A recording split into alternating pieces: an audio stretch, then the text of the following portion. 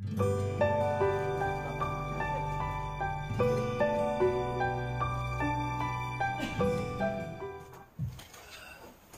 그동안도 우리가 코로나 때문에 함께 모여 예배를 드리지 못했습니다. 그건 또 우리 사회가 겪고 있는 것이고 또 우리가 함께 참여해야 할 일이라고 생각합니다. 또 방역 단계가 좀 낮아지면서 대면 예배를 드릴 수 있도록 그렇게 또 됐습니다. 그래서 우리 참 오랜만에 함께 만나서 하나님께 예배를 드립니다. 우리가 이런 예배를 드리는 이 시간이 또 이렇게 고마운 거고 또 좋은 것인지 감사한 일인지 다시 한번 생각하는 그 시간입니다. 오늘 다 함께 우리 예배를 드리겠습니다. 다 같이 일어나셔서 성령 강림절 후 20번째 주일 예배를 함께 드리겠습니다. 찬송가 38장입니다.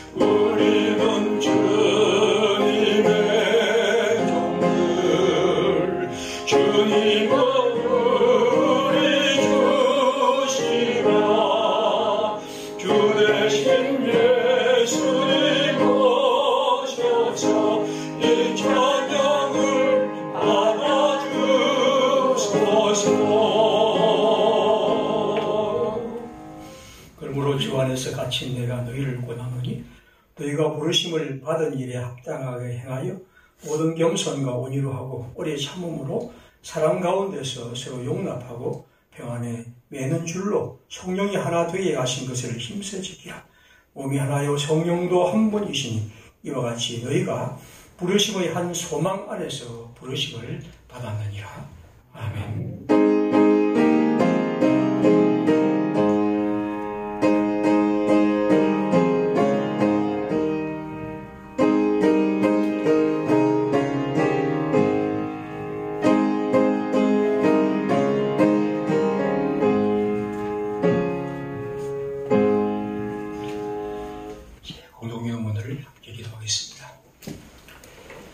그동안 함께 만나 예배드리지 못했던 긴 시간을 보내고 오늘 예배당에 모여 예배드리게 하시니 감사드립니다. 불안감이 가득한 세상 속에서 교회가 하나님의 자랑이 되기를 기도합니다. 날마다 살아가면서 우리가 얼마나 나약한 존재인지 하나님 없이는 아무것도 할 수 없음을 깨닫습니다. 하나님을 더욱 의지하고 섬기게 해주세요. 교만하지 않고 하나님만 높이며 살아가기를 원합니다. 우리가 살아가는 세상에는 선택해야 할 것이 너무나 많습니다. 하나님이 원하시는 것이 무엇인지, 무엇을 선택하는 것이 주님의 길을 따르는 것인지 잘 선택하도록 지혜를 주세요.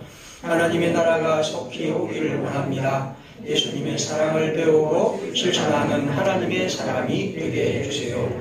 나와 다르다고 차별하거나 미워하지 않는 세상이 되기를 원합니다. 날마다 하나님의 말씀을 묵상하며 하나님께로 향하는 사람 되도록 이끌어 주세요. 하나님과 함께하는 것이 우리의 가장 큰 기쁨이 되기를 원합니다. 예수님의 이름으로 기도드립니다. 아멘. 자리에 찬양하겠습니다.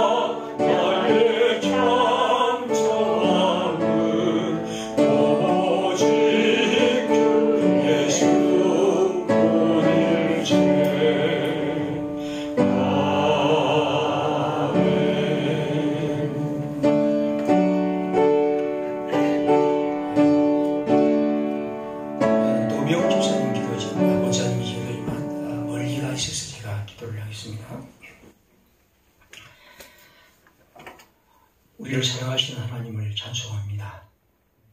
하나님이 우리를 사랑하신다고 늘 고백하고 또 말하고 또 알고 있지만 우리의 나날이 살아가는 삶을 특별히 요즘 느끼면서 하나님이 우리가 더 가까이 계심을 경험하며 또 그것이 우리의 기도와 감사의 제목이 됨을 압니다. 주여, 오늘도 우리가 주 앞에 모여 이렇게 예배드리게 하시니 참 감사합니다. 우리의 삶이 분주하고 복잡하고 또 여러 가지 일들로 어수선하지만 그러나 이런 예배의 자리를 통해서 우리 자신을 하나님 앞에서 추스르고 주님이 우리에게 말씀하신 뜻을 우리 마음에 새기고 또 지나간 삶을 돌아보며 회개하고 하나님이 우리를 부르신 부름을 따라 새로워지는 복된 자리입니다. 하나님, 이 시간도 성령으로 저희와 함께 하시고 여기 모인 주의 백성들에게 하늘의 은총을 내리시고 예배하는 이들에게 주님이 주신 아름답고 귀한 은혜가 풍성히 가득하기를 기도합니다. 사랑하는 주님, 우리 형제들 가운데 여러 가지 일들을 각자 만남을 살아갑니다. 크고 작은 어려움 있는 이들도 있고 또 크고 작은 기쁨으로 주 앞에 살아가는 이도 있고 또 여전히 풀리지 않은 문제로 어려움을 겪고 있는 일도 있습니다. 그러나 이 모든 것들이 그리스도 예수 우리 하나님 안에서 생각하고 살피고 또 바라보며 주님이 우리를 이끄실 것을 기대하면서 겸손하고 또 진실하고 용기를 얻어 주의 백성으로 살아가고 싶습니다. 사랑하는 주님, 우리 평화의 식구들의 마음속에 우리의 삶 한방편에 하나님이 약속대로 계시고 그 속에서 하나님의 백성으로 살아가는 기쁨과 감사가 나날이 넘치기를 기도합니다. 우리 교회를 사랑하시고 이곳에 세우심을 감사드립니다. 주님, 우리에게 주님의 복음을 위해서 부르심을 받아사오니 우리가 항상 그 사실을 잊지 않게 하시고 우리가 이 땅에서 하나님의 뜻을 이루어야 할 것이 무엇인지를 늘 새기며 교회의 방향과 목표가 우리의 기도의 제목이 되고 우리의 삶의 바탕이 되고 또 우리를 이끄는 표대가 되기를 기도드립니다. 더 정진하고 더 마음 모으면서 이제 우리의 교회의 설립주의를 맞이하면서 주님 이 마음을 더 새롭게 하는 복된 성도들의 삶이 되기를 원합니다. 이 땅을 긍휼히 여기시고 코로나19로 어려움을 겪고 있는 이들 많지만 주님 그 속에서도 우리가 항상 주 안에서 깨어 기도하고 또 주님이 주신 지혜로 극복해 갈 수 있도록 인도하시고 이 땅 위종자들에게 지혜를 주시고 지금까지 잘 해왔는데 앞으로 더 잘 극복할 수 있는 용기와 지혜를 주시기를 기도드립니다.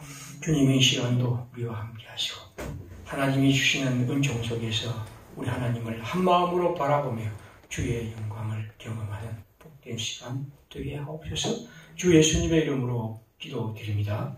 아멘.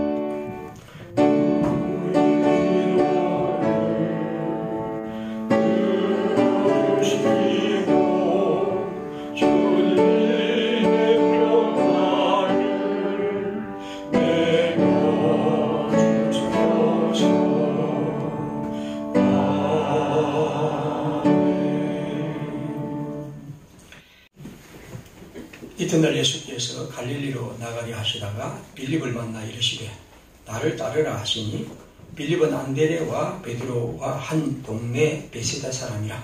빌립이 나다나엘을 찾아 이르되 모세가 율법에 기록하였고 여러 선지자가 기록한 그 일을 우리가 만났으니 요셉의 아들 나사렛 예수니라.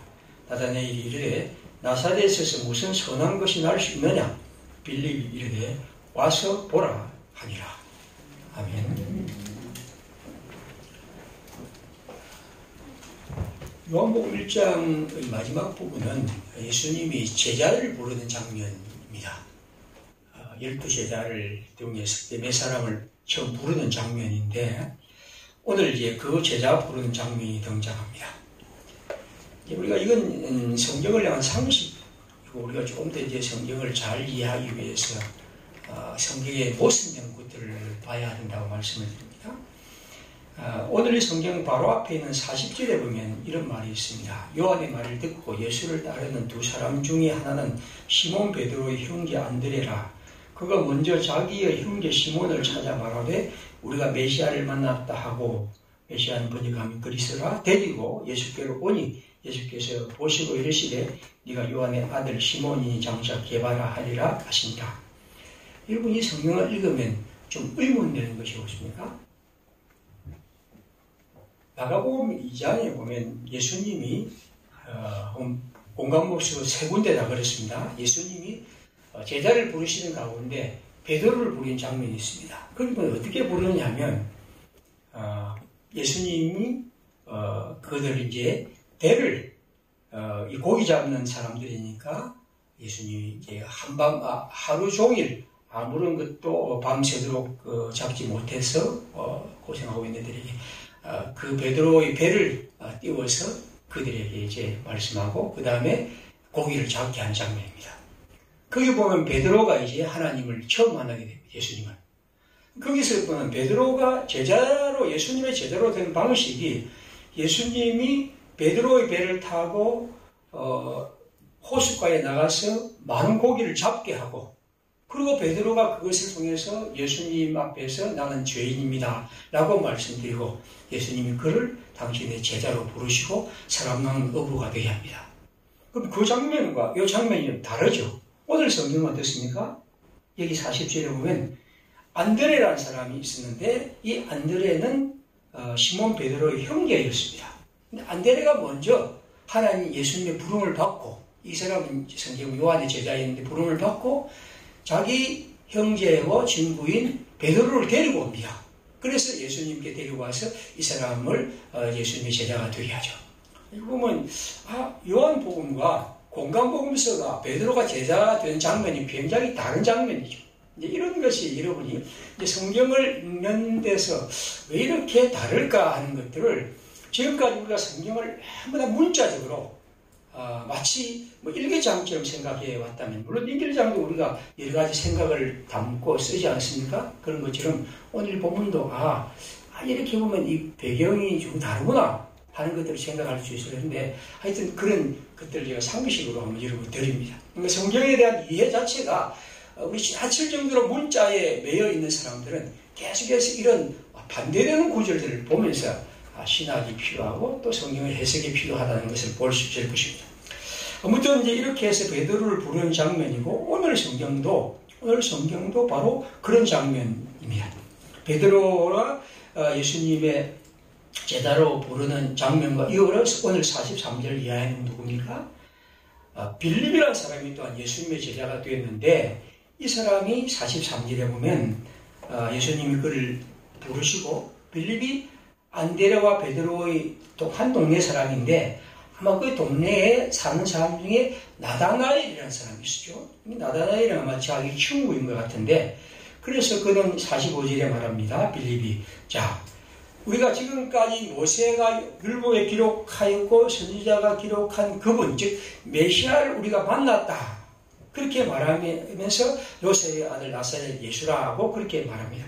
그래서 46절에 나다나엘이 나사렛에서 무슨 선한 것이 나를 수 있겠느냐? 하물며 메시아가 어떻게 나를 수 있겠느냐? 라고 말하자 베드로와 빌립이 한 말입니다. 46절에 와서 보라. 그렇게 했습니다. 그리고 다음 성경에 보면 이제 만나게 되고 그가 예수의 제자가 된 장면입니다. 오늘 제가 관심을 가지고 싶은 것은 이 46절 마지막 부분입니다. 나다나엘을 이 빌립이라는 사람이 예수님의 제자로 부르면서 예수님의 얘기를 합니다. 그러면서 나다나엘이 나사렛에서는 메시아가 나타날 수 없다고 말하자 그가 한 말은 이것입니다. 와서 보라. 와서 보라. 여러분 와서 보라는 말은 제가 요한복음에 보면 세 군데가 등장합니다. 요 부분이 있고 바로 앞에 있는 35절입니다. 1장 35절입니다. 또 이튿날 요한이 자기 제자 중 두 사람과 함께 섰다가 예수께서 건의심을 보고 말하되 하나님의 아들 양이로다. 두 제자가 그 말을 듣고 예수를 따르거늘 그러니까 요한의 제자가 예수님을 따라가 버립니다. 요한의 제자가 그러자 예수께서 돌이켜 그 따르는 것을 보시고 물어 이르시되 무엇을 구하느냐? 요한의 제자가 자기에게 따라오자 말씀합니다. 그러자 랍비여 어디 계십니까? 이 선생님이 계시는 곳이 어디입니까? 내가 가겠습니다. 라고 말하자 예수님이 말씀합니다. 와서 보라. 와서 보라. 또 한 구절 더 드립니다. 요 4장 27절입니다. 그때 제자들이 돌아와서 예수께서 여자와 말씀하시는 것을 이상히 여기서나 무엇을 구하시나니까 어찌하여 그와 말씀하시나이까 묻는 자가 없더라. 이건 이제 사마리아 여인을 만난 장면입니다. 사마리아 여인이 예수님을 만난 다음에 합니다. 여자는 물동이를 버려두고 동네에 가서 사람들에게 이르되 내가 행한 모든 일을 내게 말한 사람을 와서 보라. 이는 그리스도가 아니냐. 그는 이제 동네 사람들에게 가서 말합니다. 와서 보라. 그리스도가 여기 계신다. 물론 이제 제가 그리스도를 보면 이 단어들은 조금씩 다릅니다. 그러나 이 단어는 모두 다 와서 보십시오. 그러니까 예수 그리스도에 대한 얘기를 모두 다 예수님도 와서 보라 하는 것이 이 성경에서 특별히 강조하는 바이죠. 와서 보라. 오늘 우리가 회복해야 할 중요한 언어라고 저는 봅니다. 그리스도인들이 오늘 이 시대에 살아가면서 여기 우리가 지금 본문처럼 빌립이 나다나엘에게 말하는 것처럼 와서 보라. 와서 보라. 이곳에 그리스도가 계시고 여기 하나님이 우리에게 약속하신 생명의 주님이 계신다는 것이죠. 시편 66편 5절에 보면 와서 하나님께서 행하신 것을 보라. 사람의 아들들에게 행하심이 어민하시도다. 와서 하나님이 행하신 것, 하나님이 우리 가운데 나타나신 것, 하나님이 우리 속에 이루신 것, 하나님이 우리 가운데에서 하나님의 뜻을 이루어 가신 것을 보라. 이것이 빌립이 나다나엘에게 그리고 우리가 이 세상 사람들에게 해야 할 말입니다. 오늘 우리는 예수 그리스도의 사람으로서 와서 보라는 이 언어, 이것이 우리 속에 특별히 회복해야 할 중요한 언어라고 봅니다. 다시 말하면 사람들에게 그리스도 예수, 생명의 주님이 내 안에 계신다는 것을, 아니 우리 공동체 안에 계신다는 것을 와서 보라. 우리는 그렇게 증언하고 그렇게 증거할 수 있어야 합니다. 저는 오늘 우리 시대에 특별히 그리스도인들이 코로나19의 시대에서 특별히 좀 회복해야 할 언어가 역설적으로 적극적인 이 적극성, 능동성 이런 것입니다. 저는 오늘 우리가 이런 시대에서 굉장히 우리 자신도 모르게 소극적이고 움츠러들었다고 생각합니다.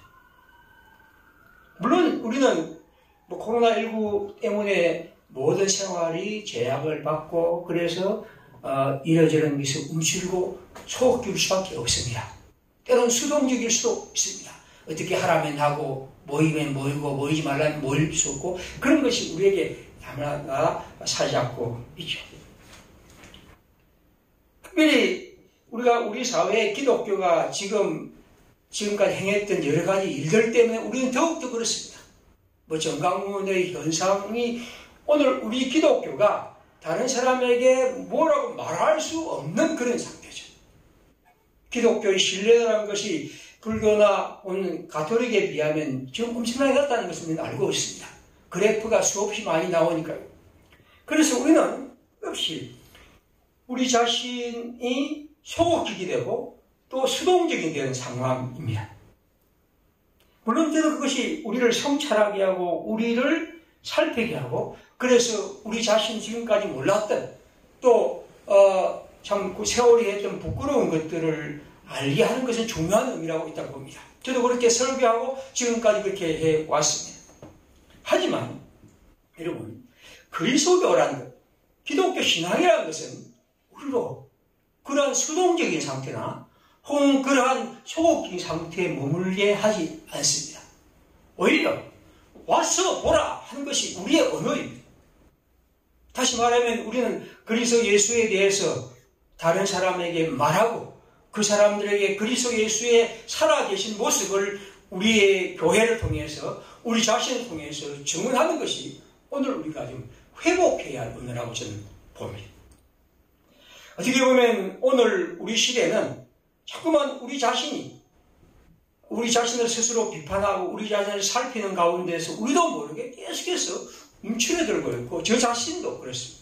그래서 이 성경을 오래전에 읽으면서 우리 자신이 왜 이렇게 계속해서 이렇게만 생각할까? 오히려 이 성경에서 말하는 것처럼 좀 더 우리 자신을 적극적이고 능동적인 것들을 회복해야 하지 않을까 하는 것입니다. 우리 집은 저희 가족은 다 신앙을 갖고 있기 때문에 추석이나 설날이 되면 산소에 갑니다. 산소에 가면 전체가 가족들이 다 가는데 가면 조카들 그리고 손자 아이들 다 있는데 같이 모여서 뭐 하냐면 찬송을 부르고 기도를 합니다. 근데 찬송을 우리가 어머니 아버지 산소 또 우리 형제들 산소에 부르는데 언제부턴가 부르는 것이 굉장히 무겁더라고요. 그러니까 이건 나도 모르게 찬송을 부르면 다른 사람이 나를 어떻게 볼까? 이건 두려움의 문제가 아니고 자꾸만 움츠러드는 거죠. 왜냐하면 기독교가 지금 계속해서 이렇게 사람들에게 안 좋은 모습을 계속 보이는데 내가 찬송을 부르면 사람들이 어떻게 볼까 하는 생각이 계속 드는 거죠. 그래서 이번 추석에는 코로나 때문에 아예 모이를 못했으니까 못 가지만 지금도 한 숙제 다음에 가면 찬송을 부를 수 있을까 하는 그런 생각을 갖게 되죠. 다시 말하면 오늘날 교회라는 것, 그리스도인이라는 것이 역시 뭔가 사람들에게 보여지는 이 모습이 이렇다 보니까 우리는 역시 우리 자신이 소극적이고 수동적이고 이 소극성과 수용성이 그리스도인의 성품이 되어가는 것 같습니다. 그렇죠? 가만히 살펴보면 우리 자신이 그렇게 되고 있는 것 같다는 거죠. 에베소서 5장 14절에 말합니다. 그러므로 이러시기를 잠자는 자여 깨어서 죽은 자들 가운데서 일어나라. 그리스도께서 너에게 비추이시리라. 우리가 이 죽은 자들, 이 세상에 하나님의 생명을 모르는 사람들 앞에서 깨어 일어나 그리스도의 빛을 비추는 것이 우리가 살아가는 삶의 적극적이고 능동적인 삶의 모습인데 어느 순간 우리도 모르게 우리 자신이 계속해서 움츠러들고 있다는 거죠.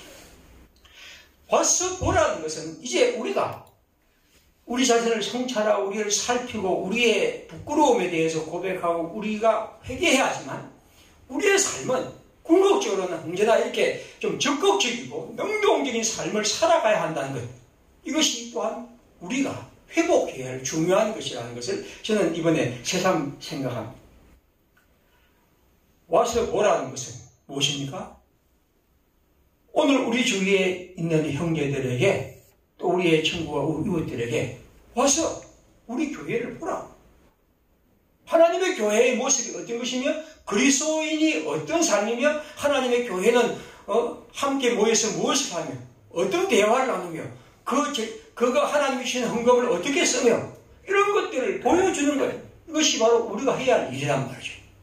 그렇다면 그리스도인들은 우리가 이 세상에서 사람들에게 자꾸만 우리 자신을 움츠러들고 물러서고 소극적인 걸 넘어서서 와서 보라 하는 것이 오늘 우리가 우리 시대에서 회복해야 할 중요한 언어라고 저는 생각합니다. 물론 와서 보라고 할 때 그것은 그 사람들 우리에게 와서 볼 수 있을 만한 무언가를 그런 공동체가 되어야 하고 우리가 그리스도인이 되어야 하죠. 만약 우리 가운데 어떤 싸움과 탐욕과 불평과 이런 것들이 계속 있는데 와서 보라는 것은 있을 수가 없겠죠. 야고보 2장 1절에 보면 이런 말을 했습니다. 내 형제들아 영광의 주 우리 주 예수 그리스도에 대한 믿음을 너희가 가졌으니 사람을 차별하여 대하지 말라. 사람을 차별하여 대합니다. 그래서 이 교회는 어떤 사람이 들어옵니까?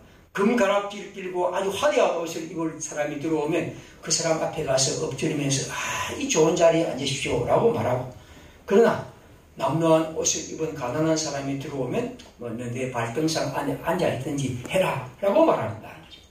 이렇게 해서 도대체 너희들이 그리스도 예수에 대한 믿음을 가지고 있느냐 하는 것을 야고보는 그렇게 질문합니다. 만약 우리가 이런 야고보가 2장에 말하는 이런 차별하는 교회라면 와서 보라고 할 때 그것이 무슨 의미가 있겠습니까? 고린도 교회는 이렇습니다. 너희가 말하기를 각각 이르되 나는 바울에게 나는 아볼로에게 나는 게바에게 나는 그리스도에게 속한 자라 하였느니 그리스도께서 어찌 나뉘었느냐? 바울이 너희를 위하여 십자가에 못 박혔으며 바울의 이름으로 너희가 세례를 받았느냐? 만약 고린도 교회처럼 분장과 당파심으로 교회가 있다면 거기에 무슨 와서 보라라는 말을 할 수가 있겠습니까? 오히려 우리는 스무나 교회처럼 마지막이요 죽었다가 살아나신 이가 이르시되 내가 네 환난과 궁핍을 알거니와 실상은 네가 부유한 자다. 겉으로는 작고 겉으로는 초라하고 별것 아닌 것 같지만 그러나 그 안에는 진정한 생명의 풍성함이 있는 것, 이런 교회야말로 우리는 와서 보라고 말할 수가 있겠죠. 마게도냐 교회는 어떻습니까? 형제들아 하나님께서 마게도냐 교회들에게 주신 은혜를 우리가 너희에게 알리오니 환난의 많은 시련 가운데서 그들의 넘치는 기쁨과 극심한 가난이 그들의 풍성한 연고를 넘치도록 하게 하였느니라. 마게도냐 교회는 예루살렘 교회가 기근에 허덕이면서 고통하고 있으니 그 교회를 위해서 그들이 풍성한 헌금을 드립니다. 그런데 그들은 극심한 가난과 어려움 속에서도 그런 일을 행한다는 말입니다. 우리는 그것이야말로 그 교회가 사람들에게 와서 보라고 말할 수 있는 교회입니다. 그 마게도냐 교회가 고린도 교회처럼 그렇게 크지도 못하지만 그러나 이 교회는 그들이 하나님이 주신 은총을 따라 그런 아름다운 일에 참여함으로 사람들로부터 사람들이 와서 그 교회에 보게 될 때 그들이 그리스도와 하나님의 영광을 발견하게 되는 것이죠. 여러분, 제가 이 오늘 와서 보라는 것은 결국 이것에게 말하는 것은 이 종교개혁주일과 우리가 이제 교회 설립주일을 다음 주일에 맞이하면서 주님의 교회를 보여줄 만한 교회, 그들이 와서 볼 때에 우리가 하나님의 교회답게 하나님의 은총과 영광과 그리스도의 말씀이 있는 교회로 가꾸어 가야 할 사명이기도 합니다. 그러므로 우리가 해야 할 일은 이런 적극적으로 하나님의 사람들을 부르는 부름과 함께 또 우리가 그러한 하나님의 교회로 만들어 가야 할 책임과 의무가 우리에게 있는 것이죠. 오늘 성경에 보면 이 나다나엘이라는 사람이 한 말이 아주 특별합니다. 그가 무슨 얘기를 어떻게 말하고 있습니까? 여기 보면 제일 46절입니까? 거기 뭐 이렇게 말합니다. 나사렛 예수라고 그렇게 이제 빌립이 말하니까 그는 말하죠. 나다나엘이 이르되 나사렛에서 무슨 선한 것이 날 수 있느냐? 나사렛에서는 어떤 선한 것도 날 수 없다는 것이고, 이 선한 것은 특별히 메시아, 우리가 기다리는 예수 그리스도 하나님의 메시아가 나타날 수 없다는 것이 그의 결론입니다.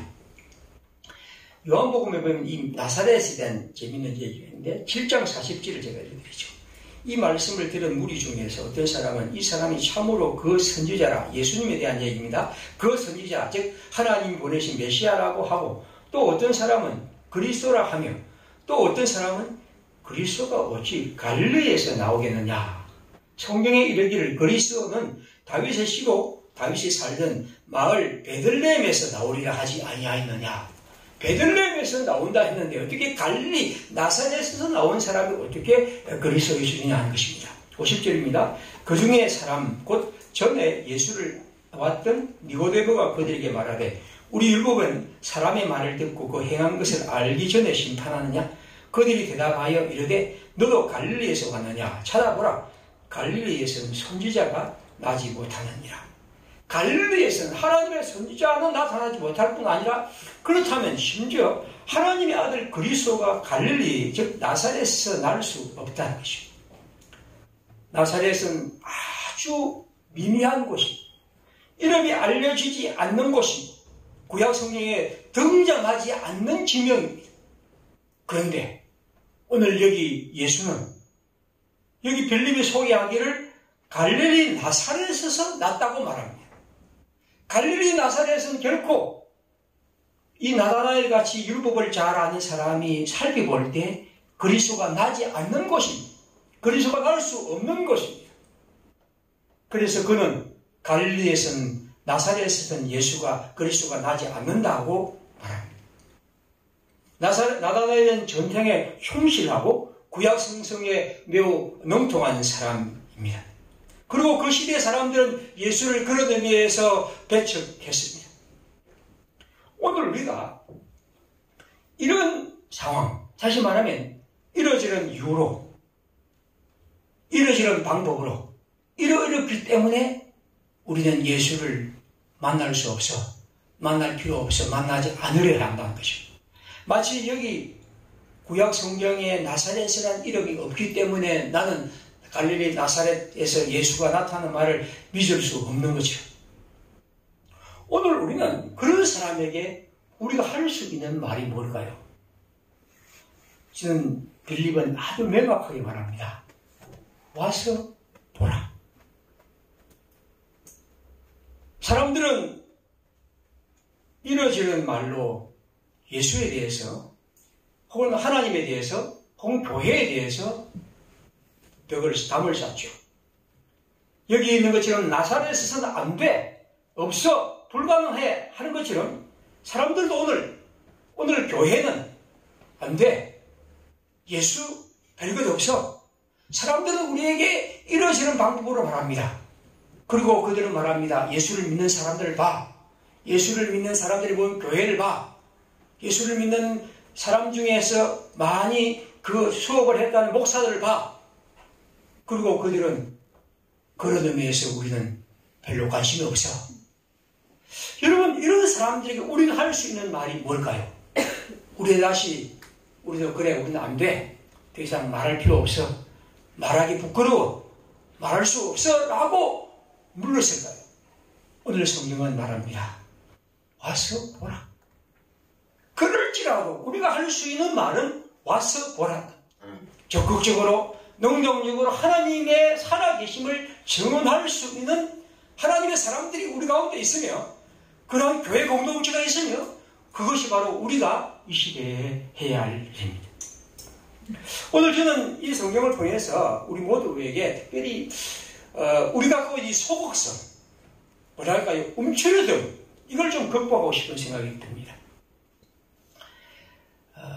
미국의 이 사람 아마 무슨 학자인지 모르겠는데 사회학자 같은데 레이 코프라는 사람이 지은 코끼리를 생각하지 마라는 책이 있습니다. 아마 읽어보면 되게 재밌는 책인데요. 제가 이제 물론 미국 민주당의 선거 전략에 대한 얘기인데 이렇습니다. 그게 보면 뭐 몇 가지가 있죠. 항상 우리가 어떤 사람들에게 다가갈 때 상대방이 산 언어로 그렇게 대항하지 말라. 그 사람들이 말하면 거기에 따라서 그걸 변명한다고 거기에 막 설명하고 논리를 달고 그렇게 하지 마라. 왜냐하면 그 사람들의 프레임에 따라가는 것이다. 그런 얘기를 하고 그 다음에 항상 우리는 진실에 관심을 맞춰야 한다. 언제나 우리는 도덕적인 관점에 입각해야 한다. 우리는 항상 너무 좁게 생각하지 말고 큰 틀에서 사고해야 한다. 그런 얘기를 하면서 제가 이제 이 책에서 하나 오늘 말씀드리고 싶은 것은 이렇게 말하죠. 수동적이 되지 말고 능동적이 되라는 거죠. 다시 말하면 어떤 사람을 이 사람은 대중을 상대하는 것이니까 대중들을 만날 때 그들에게 나갈 때 자꾸만 설명하고 설득하려 하고 또 그 사람들에게 이러저렇게 논리적으로 뭘 말하기보다도 그걸 가지고 씨름하기보다도 오히려 적극적이고 능동적으로 나아가라는 거죠. 다시 말하면 이를 통해서 사람들에게 우리가 갖고 있는 생각과 우리의 신앙과 우리의 생명이 더 아름답게 또 더 가치 있게 보인다는 겁니다. 저는 이걸 읽으면서 참 그런 생각이 들었습니다. 우리가 하나님의 사람들로서 이런 시대에 물론 우리 자신을 많이 평가하고 판단하고 또 비판하고 우리 자신을 성찰해야 합니다. 하지만 언제나 우리 마음속에는 그걸 넘어서서 하나님의 복음과 그 생명의 가치와 또 그것이 우리에게 주는 의미를 생각한다면 우리가 할 수 있는 마지막 언어, 중심의 언어는 와서 보라. 오서 보십시오. 이것이 바로 우리가 가져갈 중요한 언어라고 봅니다. 하나 더 소개하면 주보에도 오늘 소개한 글입니다만 조지 오웰이라는 사람 잘 아는 지금 동물농장이나 1984년 같은 책이죠. 이 사람이 이제 에세이인데 나는 왜 쓰는가 하는 것입니다. 작물에 대한 그런 글을 써서 거기 보면 이런 말이 있습니다. 우리는 어떤 것을 내 생각을 담아낼 표현하게 할 때 사람들은 자꾸만 단어를 먼저 생각한다는 거죠. 이 사람은 글쓰기를 말하면서 왜 단어를 먼저 생각하냐는 겁니다. 단어보다도 먼저 생각할 것은 뭐냐면 내가 갖고 있는 의미를 표현하는데 그 표현을 그 생각을 가다듬는 것 이것이 더 중요하다는 거죠. 그래서 사람들은 자꾸만 빨리 어떤 단어에 내 생각을 맞추려 하는데 그렇게 하지 말라는 겁니다. 내 생각을 더 풍성히 하고 내 생각을 더 풍요롭게 하는 것이 먼저 중요하고 거기에 따라서 단어를 살펴보라 하는 것이 이 사람이 얘기를 합니다. 그러면서 쓰면서 그 다음에 제가 거기 5가지 이제 원칙을 이 사람이 얘기를 하면서 익히고 봐왔던 비유는 절대 사용하지 않는다. 짧은 단어를 쓸 수 있을 때는 절대로 긴 단어를 쓰지 않는다. 빼도 지장이 없는 단어가 있을 경우는 반드시 뺀다. 그런 얘기를 하고 과학 용어나 전문 용어는 일상어가 있으면 빨리 그걸 대체해라. 그렇게 말하는데 그 중에서 그 4번째입니다. 능동태를 쓸 수 있는데도 수동태를 쓰는 경우는 절대로 해서는 안 된다. 그런데 그 글에 나는 왜 썼냐는 것은 책이고 그 중에 이제 몇 편의 짧은 그런 글들입니다. 글들을 모았는데 요 글은 어떤 제목이냐면 정치와 영어라는 제목입니다. 여러분이 아마 영어를 읽어보시면 알겠지만 영어는 너무나 많은 수동태로 가득합니다. 그죠?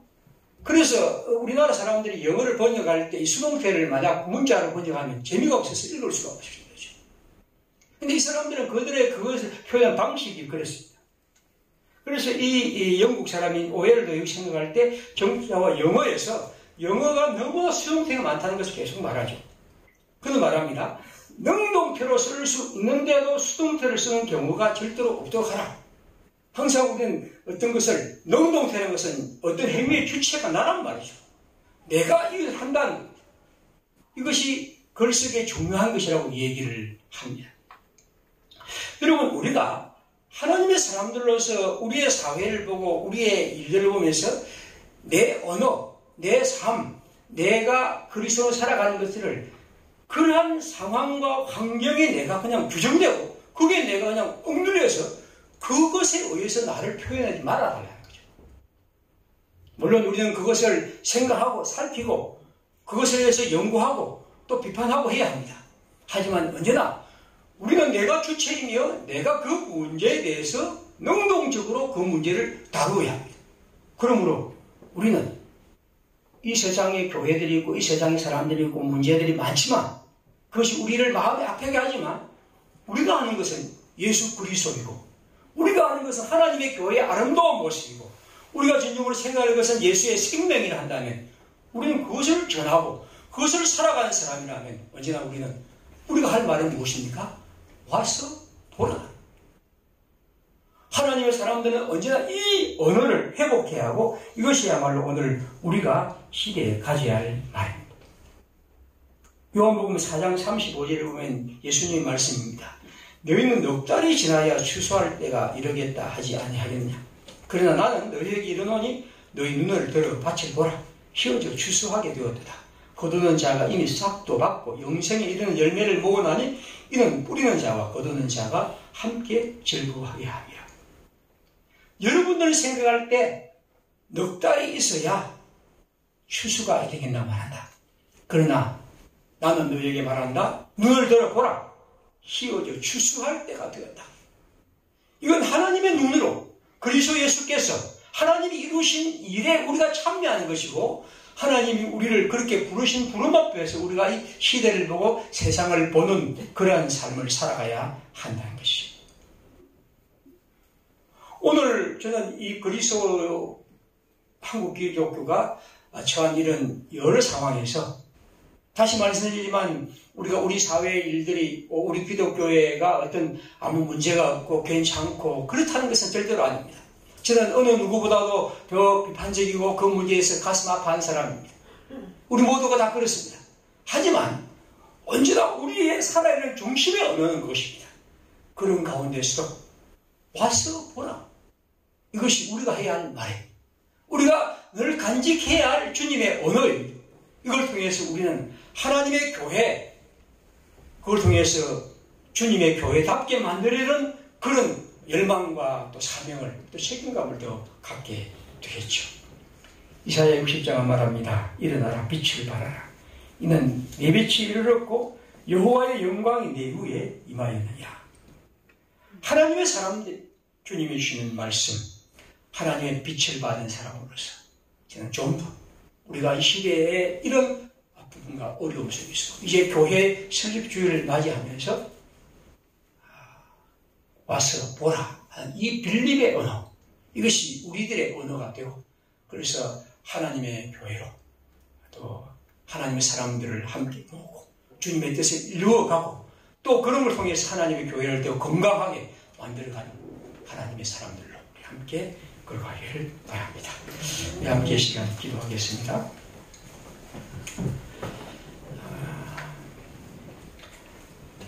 우리 교회가 이 종교개혁 기념주일, 우리 또 세립주의를 앞두고서 또 적극적으로 하나님의 복음과 또 뜻을 위해 살아가도록 인도하여 주시고 또 그러기에 맞게 우리 교회를 그렇게 만들어가고 또 그렇게 섬길 수 있도록 주님 저희와 함께 하옵소서. 기도하겠습니다.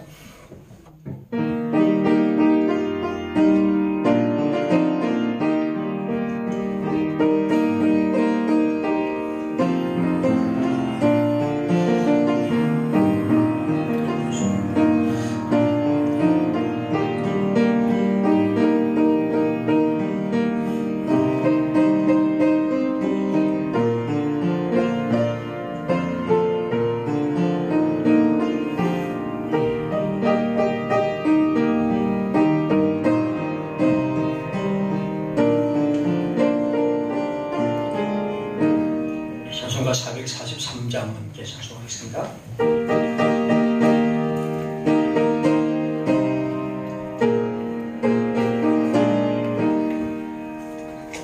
아침 햇살 비칠 때 찬란하듯이 주님 얼굴 대할 때 마음 즐겁다.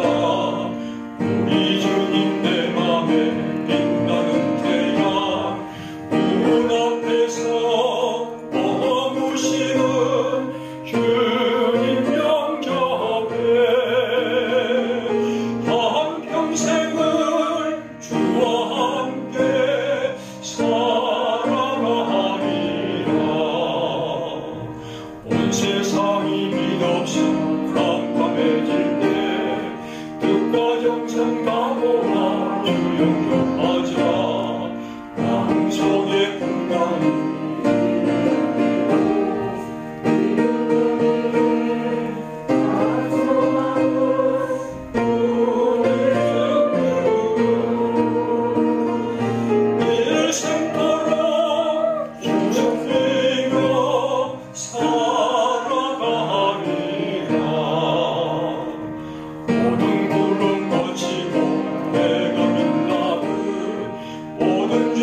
씻으니 기쁨 넘치네.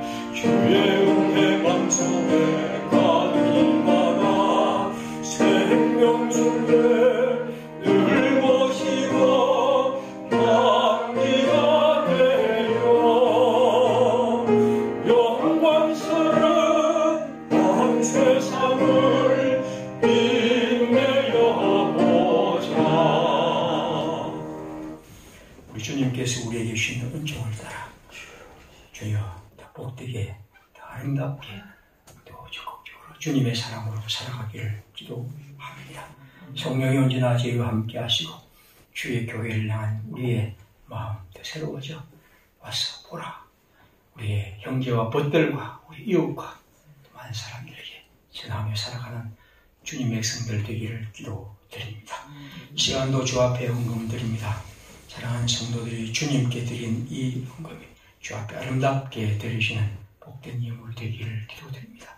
땀 흘려 일할 때 하나님의 늘 우리와 함께 하시고 그 속에서 주가 주시는 풍성한 은혜가 또 지혜가 있어 우리가 하는 일에 좋은 열매를 맺고 또 많은 주님께 감사와 기쁨으로 살아가도록 인도해 주옵소서.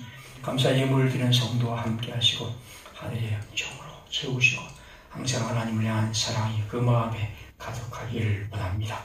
주님 오늘도 우리 만나 주 앞에 예배드리기 위해 감사드립니다. 한 주간 또 살아갈 때 하나님이 저희와 함께 하시고 우리 속에 계시는 주님을 힘입어 복되게 살게 해 주옵소서. 주 예수님의 이름으로 감사하며 기도드립니다. 아멘.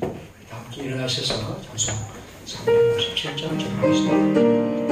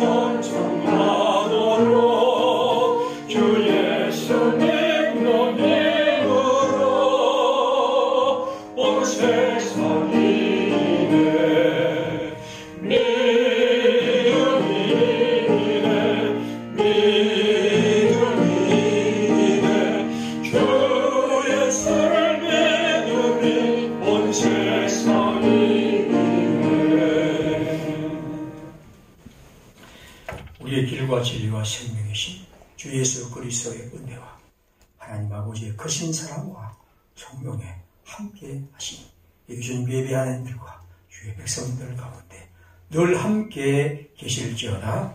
아멘.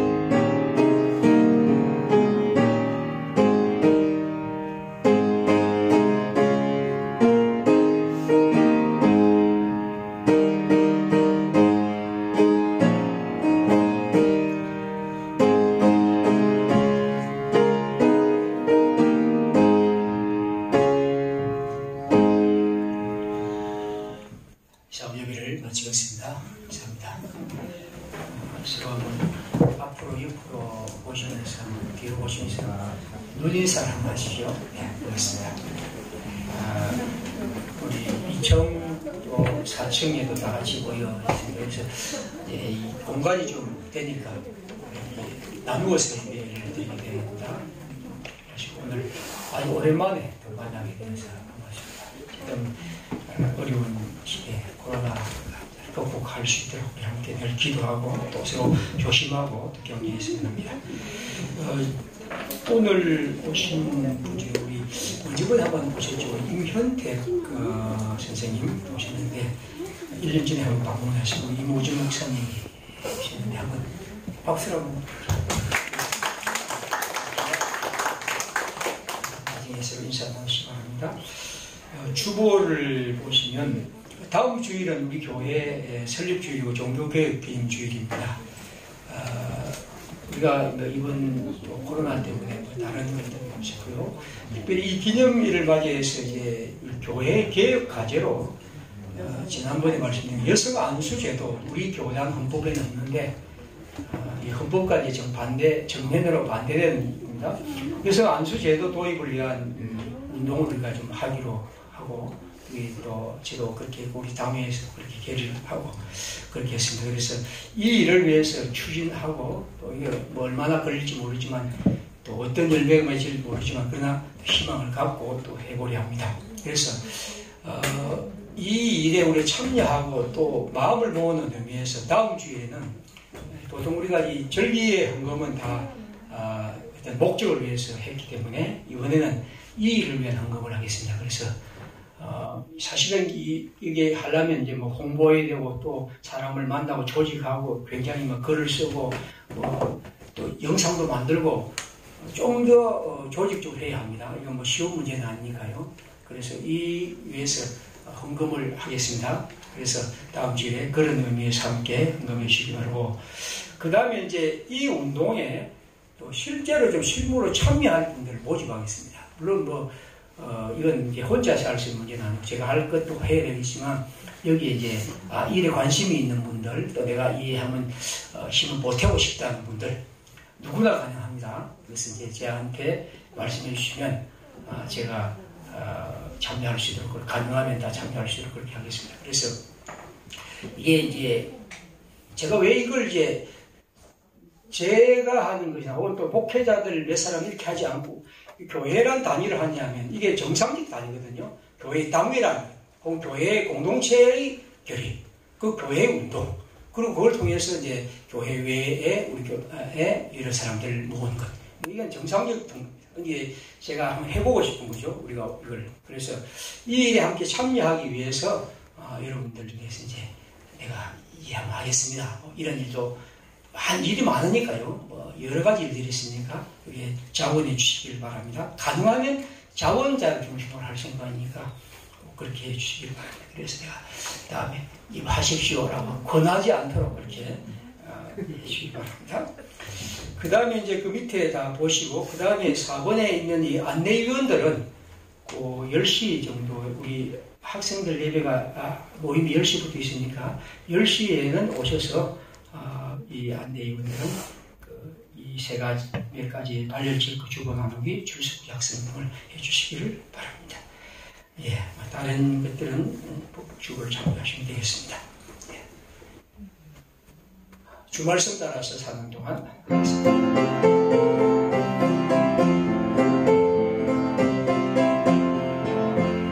주말씀 따라 사는 동안 지치지 않게 하시고 주말씀 따라 사는 동안 주님 나라 이루소서.